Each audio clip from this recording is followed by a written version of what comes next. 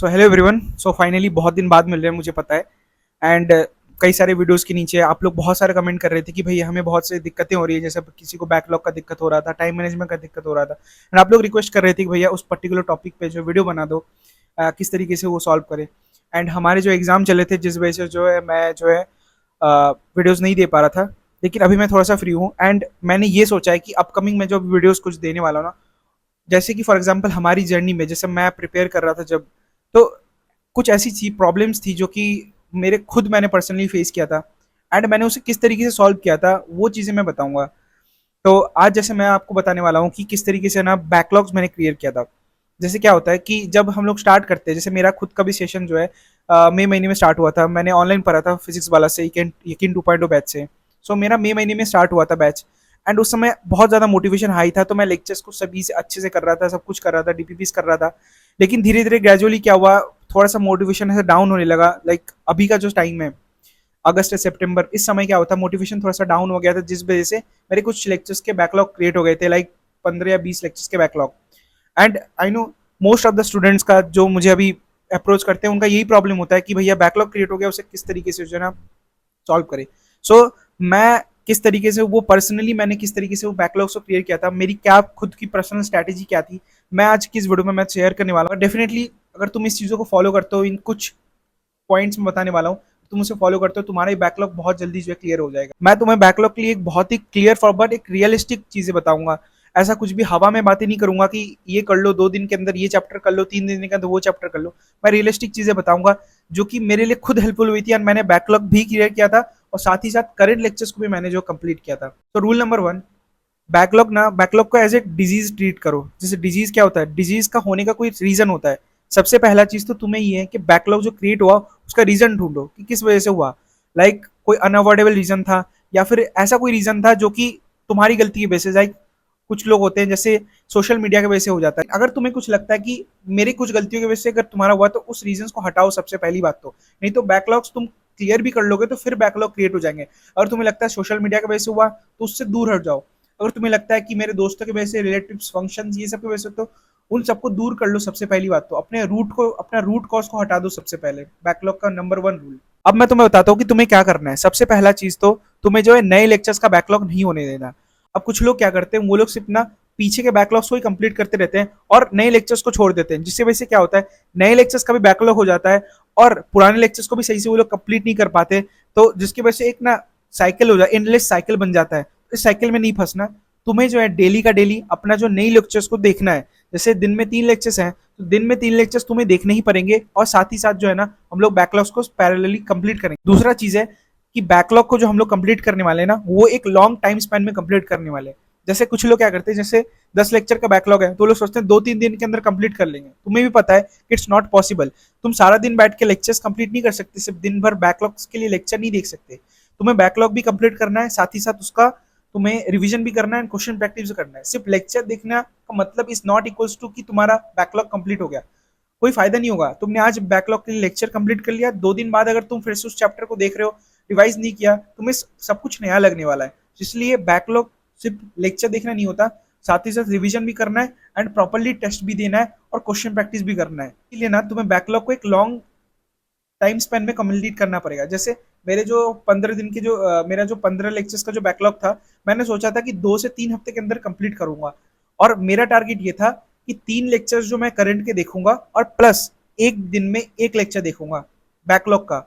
और संडे, जो कि संडे को कोई एग्जाम नहीं होता था, तो मैं सोचता था अगर टेस्ट नहीं रहा संडे को, तो मैं 3 लेक्चर्स एक संडे में कंप्लीट करता था। और टेस्ट अगर रहता था, तो मैं टेस्ट देने के बाद ट्राई करता था मिनिमम 1 से 2 लेक्चर देख लूं। अब जैसे यहाँ पे आता है कि जैसे मैं रिकमेंड करता हूँ कि तुम एक ही लेक्चर देखो बैकलॉग का, ठीक है। लेकिन अगर तुम्हें लगता है कि नहीं मैं 2 लेक्चर्स देख सकता हूँ, तो तुम देख लो। तो वो 2 से ज्यादा मत करना, क्योंकि तुम्हें 3 लेक्चर्स तो देखनी पड़ेंगे करंट के, और साथ ही साथ तुमको 2 लेक्चर्स भी देखने पड़ेंगे। एंड मैं ये नहीं बोलूंगा कि तुम 2 से ज्यादा बैकलॉग्स के लेक्चर देखो, क्योंकि उससे क्या होगा, ओवरबर्डन हो जाएगा एंड तुम दूसरी चीजों के ऊपर फोकस नहीं कर पाओगे, लाइक रिवीजन नहीं कर पाओगे। फिर तुम्हें टेस्ट क्वेश्चन प्रैक्टिस नहीं कर पाओगे, टेस्ट के लिए प्रिपेयर नहीं कर पाओगे। एंड मैंने फिर से बता रहा हूँ, बैकलॉग क्लियर करने का मतलब सिर्फ लेक्चर नहीं देखना होता सारा दिन बैठ के, तुम्हें बाकी चीजों के ऊपर भी टाइम देना पड़ेगा। फिर आते हैं कि तुम्हें ना सब्जेक्ट को प्रायोरिटाइज करना पड़ेगा। जैसे ये इसके लिए मैं अपने केस को एग्जांपल लेके बताता हूँ। जैसे मेरा जो बैकलॉग था, मेरे फिजिक्स के अंदर बैकलॉग था और केमिस्ट्री के अंदर बैकलॉग था, केमिस्ट्री में फिजिकल केमिस्ट्री का, ठीक है। अब जैसे फिजिक्स के अंदर हमारा जो उस समय चल रहा था वर्क पर एनर्जी, और मेरा एनएलएम का लेक्चर्स का बैकलॉग हो गया था। अब जैसे तुम्हें पता है कि वर्क पर एनर्जी के अंदर कई सारी ऐसी चीजें होती है जो कि एनएलएम से डायरेक्ट उठाई जाती है, इंटरलिंक्ड होता है। मैंने पहले प्रायोरिटाइज किया था फिजिक्स को कंप्लीट करने का, इसलिए मैंने फिजिक्स से पहले स्टार्ट किया था। अब केमिस्ट्री में क्या हुआ था, केमिस्ट्री में हमारा जो इनऑर्गेनिक केमिस्ट्री स्टार्ट हो गया था, फिजिकल एंड में था, ठीक है। मेरे एंड के कुछ लेक्चर्स जो मेरे बैकलॉग में थे फिजिकल केमिस्ट्री, और वो भी कम थे।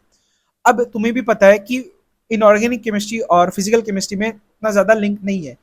मैंने क्या किया था, मैंने इनऑर्गेनिक केमिस्ट्री शुरू कर दिया था अपने करेंट बैच का जो लेक्चर्स में देख रहा था। साथ ही साथ में मैं पीछे से फिजिकल केमिस्ट्री के धीरे धीरे मैंने कंप्लीट किया था।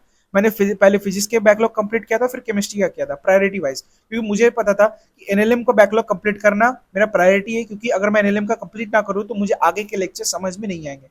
तुम्हारी भी प्रायोरिटी इस तरीके से तुम्हें खुद की बनानी पड़ेगी, तुम्हारे लेक्चर्स कितने कहाँ के हैं। जैसे अगर किसी के बायो के लेक्चर ज्यादा है तो मैं रिकमेंड करूंगा कि पहले बायो के लेक्चर्स को कंप्लीट कर लो, क्योंकि बायो के बैकलॉग्स को कंप्लीट करना इज रादर इजी है। Like you can watch up to 2 lectures per day, उसके बाद तुम फिजिक्स करो, उसके बाद केमिस्ट्री के करो, अगर तुम्हारे ऐसे बैकलॉग्स हैं। फिर आता है कि डेली रिवीजन का एक हैबिट बना लो। जैसे मैंने बताया, मैं फिर से रिपीट करता हूँ कि सिर्फ बैकलॉग्स के लेक्चर देखना इज नॉट इनफ, तुम्हें जो है रिवीजन भी करना पड़ेगा। तुमने आज बैकलॉग का लिए लेक्चर देख लिया, तुम्हारे माइंड में ये आया कि चलो मेरा बैकलॉग कंप्लीट हो गया, लेकिन तुमने रिवाइज नहीं किया, फिर क्या होगा पता है, 2 से 3 दिन बाद तुम वो लेक्चर को भूल जाओगे। और फिर जब तुम उसे रिवाइज करने बैठोगे 1 हफ्ते बाद ना, तुम्हें लगेगा कि यार ये सब क्या है, मैंने तो ये पहली बार देख रहा हूँ। इसलिए ये चीज इंपॉर्टेंट है कि तुम लोग ना बैकलॉग के लेक्चर्स को डेली का डेली रिवाइज करो। रिवीजन के लिए प्रॉपरली 1 से 2 घंटे दो, तुम अच्छे से रिवाइज करना है तुम्हें, और करेंट लेक्चर्स को भी तुम्हें डेली का डेली रिवाइज करना है। और डेली रिवीजन करने का फायदा यही होता है कि तुम जो लेक्चर्स को देख रहे हो वो तुम्हारे दिमाग में फ्रेशली याद हो रहती है, तो लेक्चर को रिवाइज करने में ज्यादा टाइम नहीं लगता। और लास्ट में जो चीज तुम्हें करना है वह तुम्हें वीकली चेक्स करने हैं कि तुम्हारे बैकलॉग्स, मतलब खुद से पूछना है कि इस वीक में मैंने कितने करंट लेक्चर्स कंप्लीट किए, क्या मैंने सारे जितने भी इस वीक में जितने भी करंट लेक्चर हुए थे सारे मैंने कंप्लीट किए कि नहीं।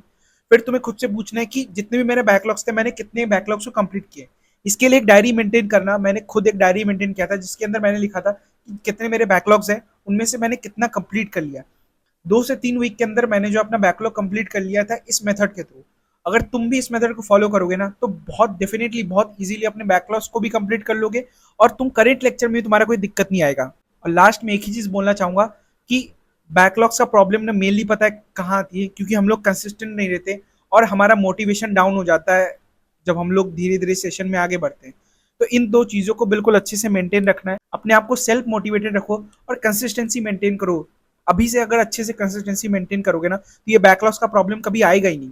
तो इस वीडियो के लास्ट में मैं यही बोलना चाहूंगा कि 3 चीज़ों पे तुम्हें फोकस करना है। पहला तो न्यू बैकलॉग्स तुम्हारा नहीं होना चाहिए। दूसरा चीज़, करंट लेक्चर्स को कॉम्प्रोमाइज मत करना, ठीक है। नए बैकलॉग्स नहीं आने देना है, करंट लेक्चर्स को भी कंप्रोमाइज नहीं करना। तीसरा चीज़, रिवीजन तुम्हें अच्छे से देना है, करेंट लेक्चर्स का भी रिवीजन करना है, साथ ही साथ जो बैकलॉग के लेक्चर तुम देख रहे हो उनका भी अच्छे से रिवीजन करना है और टेस्ट देना है। ये 3 चीज अगर तुम लास्ट तक फॉलो कर लेते हो ना, तुम्हारे बैकलॉग्स बिल्कुल क्लियर हो जाएंगे।